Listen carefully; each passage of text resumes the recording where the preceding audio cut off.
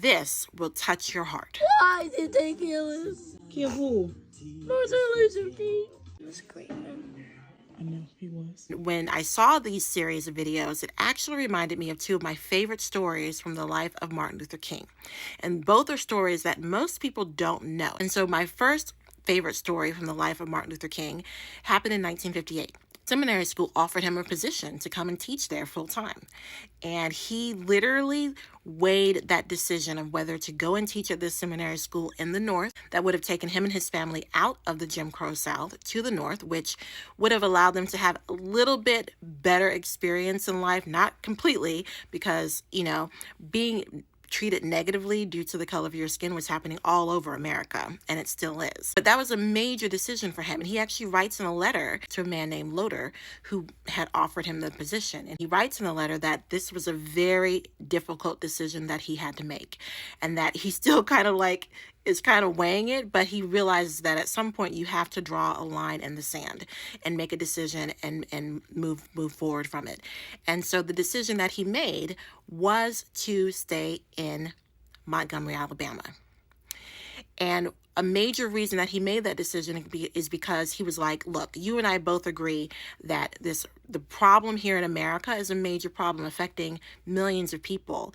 And he was like, I feel like I could help make more of a difference in whatever small way that I can, serving here in my community, serving here in my church. Turning it down was hard for him because he loved to teach. He was like, I would love to do this job. This is kind of like my dream job in many respects.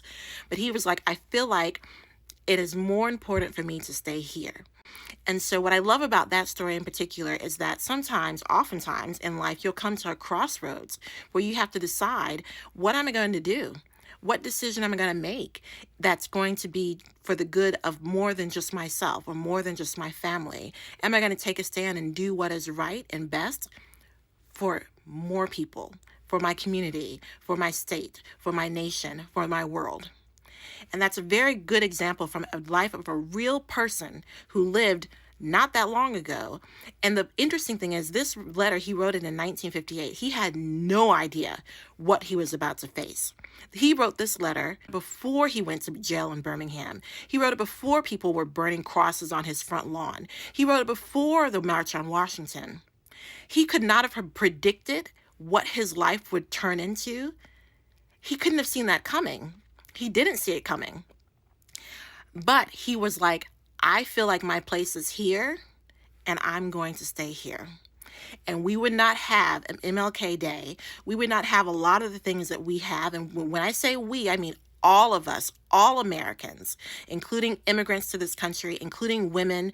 So many people benefited from the laws and the amendments that came into place in the 1960s because of a number of different people, women and men, including Dr. Martin Luther King. So I think an important lesson for everyone, including the young man at the start of this video, is that when you come to a crossroads in life and you have to make tough decisions about which direction you're going to go, search deeply within yourself. If you're a believer or have spirituality, hold fast to your faith and go with what you believe is the best and right thing to do, not just for yourself, not just for your family, but for the good of all.